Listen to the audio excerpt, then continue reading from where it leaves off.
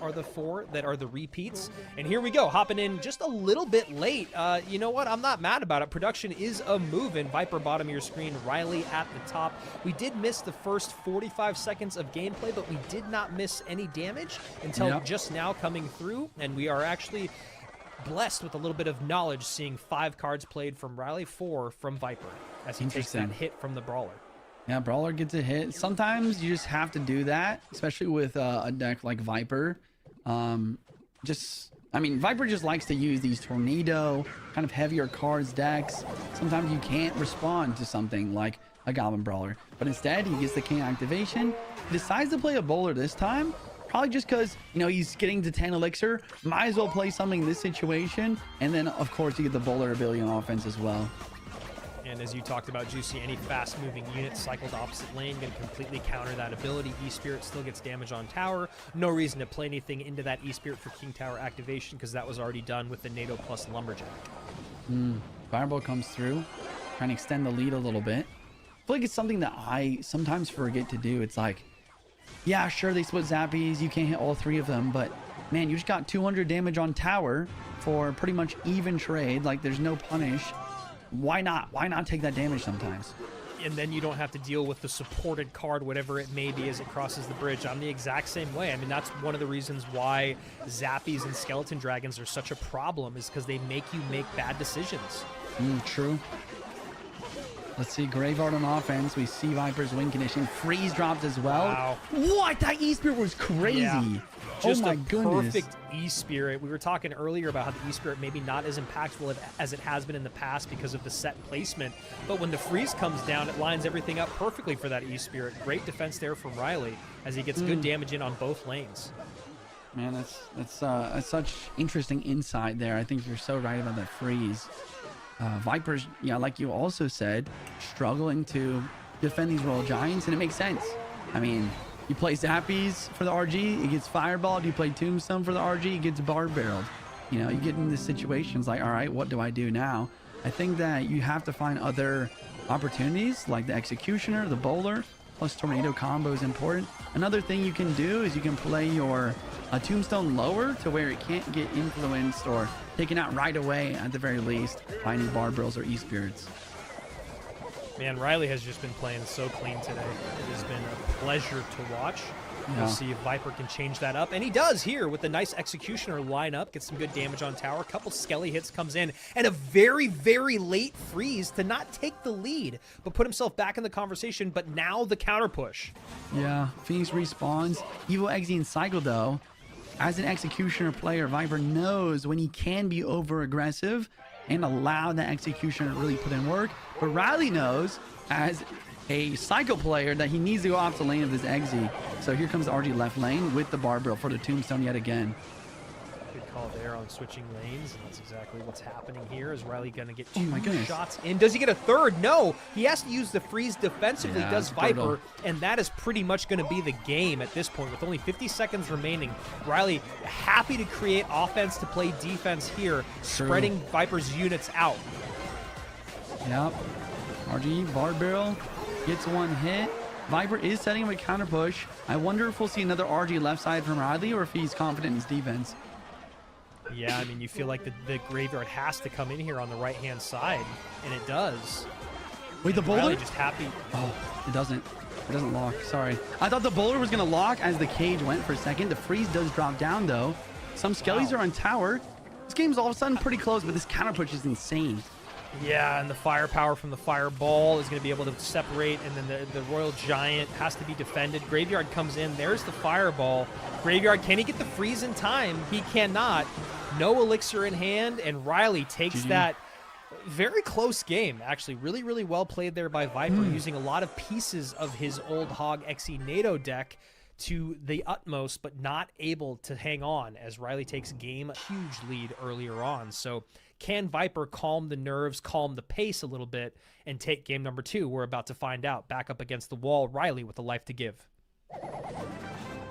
Barb Barrel from VIIPER, starting us off. Minions from Ryley. Solid defense so far. Now VIIPER has to respond. It's the beauty of Clash Royale.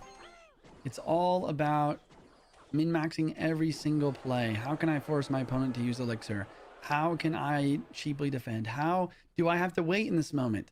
Do I have an awkward cycle? Do I have to wait for my opponent to make the first play in order to defend and then counter push? There's so many moving parts, not only on camera and on stream in the gameplay, but in the background, like the duels formatting, putting these decks together. Every little minute decision matters so much.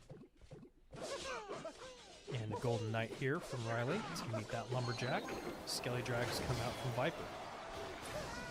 I like this Furnace, but instant Fireball from VIIPER to take advantage and make sure that Fire Spirit does not jump on Skelly Drags, but then a Hog to distract the Skelly Drags to give his Furnace some room, and then an instant Cage from VIIPER to defend that Hog.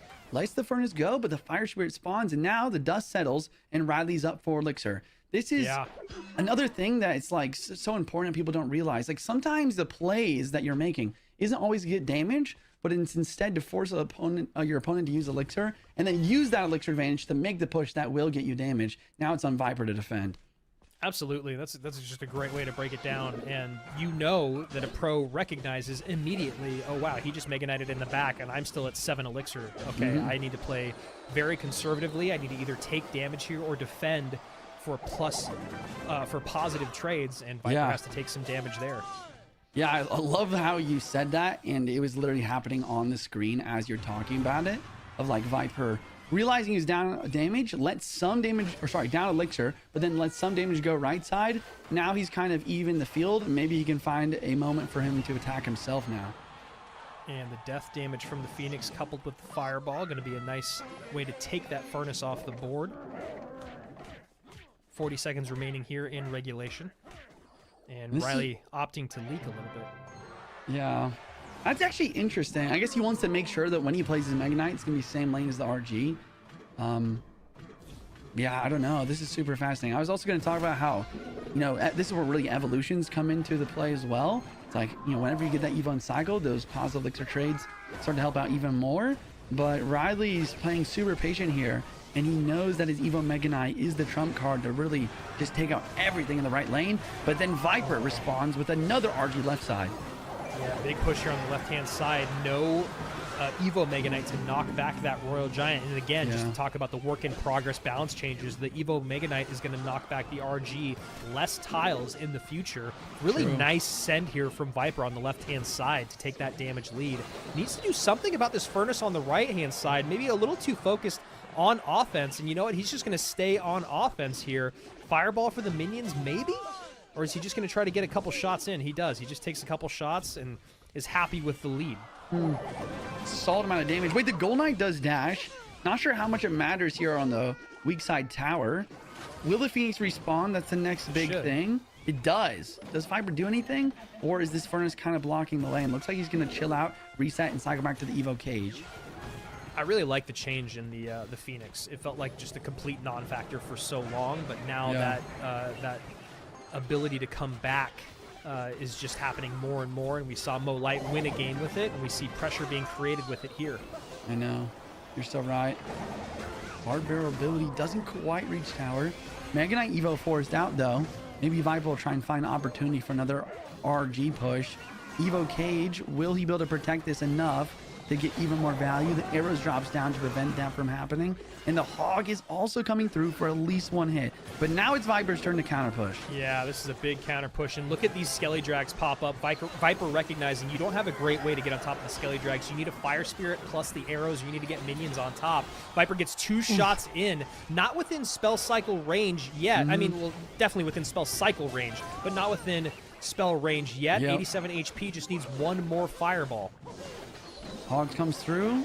Rage drops from the Lumberjack. Gold Knight dashes, but it's not enough. Skelly Drags, Cage on defense, another Fireball from VIIPER, and all of a sudden, we are tied up for this best of 3. Twice. One Marcher Evo Mega Knight minor poison deck, and it looks like he's going to go to... Oh, no. He actually didn't play... Yeah. I think we might have figured it out.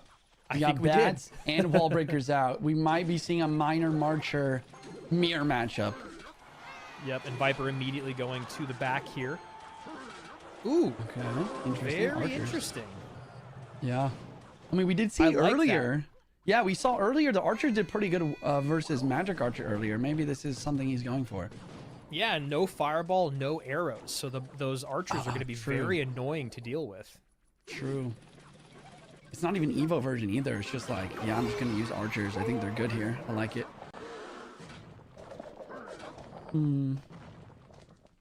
Okay. Did not expect bowler. Yeah.